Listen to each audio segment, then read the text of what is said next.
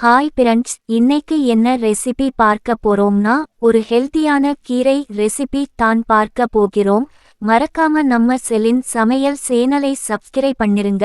வாங்க இப்ப வீடியோக்குள்ள போலாம். முதல்ல அந்த கீரைக்கு தேவையான மசாலா பொருளை செஞ்சுக்கலாம். ஒரு மிக்ஸி ஜாரை எடுத்துக்கோங்க. 2 பச்சை மிளகாய், பெரிய வெங்காயம் 1 கட் பண்ணி போட்டுக்கோங்க. ஒரு 6 பல்லு பூண்டு, குழம்பு மிளகாய் தூள் ஒரு 2 ஸ்பூன், ஒரு தக்காளி, சீரகம், கொஞ்சம் சோம்பு போட்டு நல்லா பேஸ்ட் மாதிரி அரைச்சுக்கோங்க. இப்போ அடுப்புல ஒரு வாணலி வச்சு நல்லெண்ணெய் கொஞ்சம் ஊத்தி கடுகு உளுந்து 2 காஞ்ச மிளகாய் பிச்சு போட்டுக்கோங்க. இப்ப அரைச்ச மசாலா போட்டு நல்ல பச்சை வாட போற வரைக்கும் வதக்குங்க. இப்ப நான் குப்பை கீரை எடுத்து இருக்கேன். எந்த கீரையாக இருந்தாலும் நல்ல சூப்பராய் இருக்கும். குப்பை கீரையை பொடியா நறுக்கி இந்த மசாலாவாட போகவும் கீரையை போட்டு தேவையான உப்பு போட்டு தண்ணீர் எதுவும் சேர்க்க வேணாம். அந்த கீரையில் இருக்க தண்ணியே அதுக்கு போதுமானதாக இருக்கும்.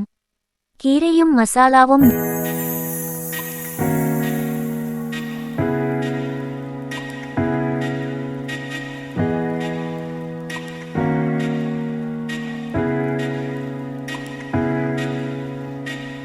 மசாலாவும் நல்லா மிக்ஸ் ஆகி நல்லா சுருண்டு வரும்.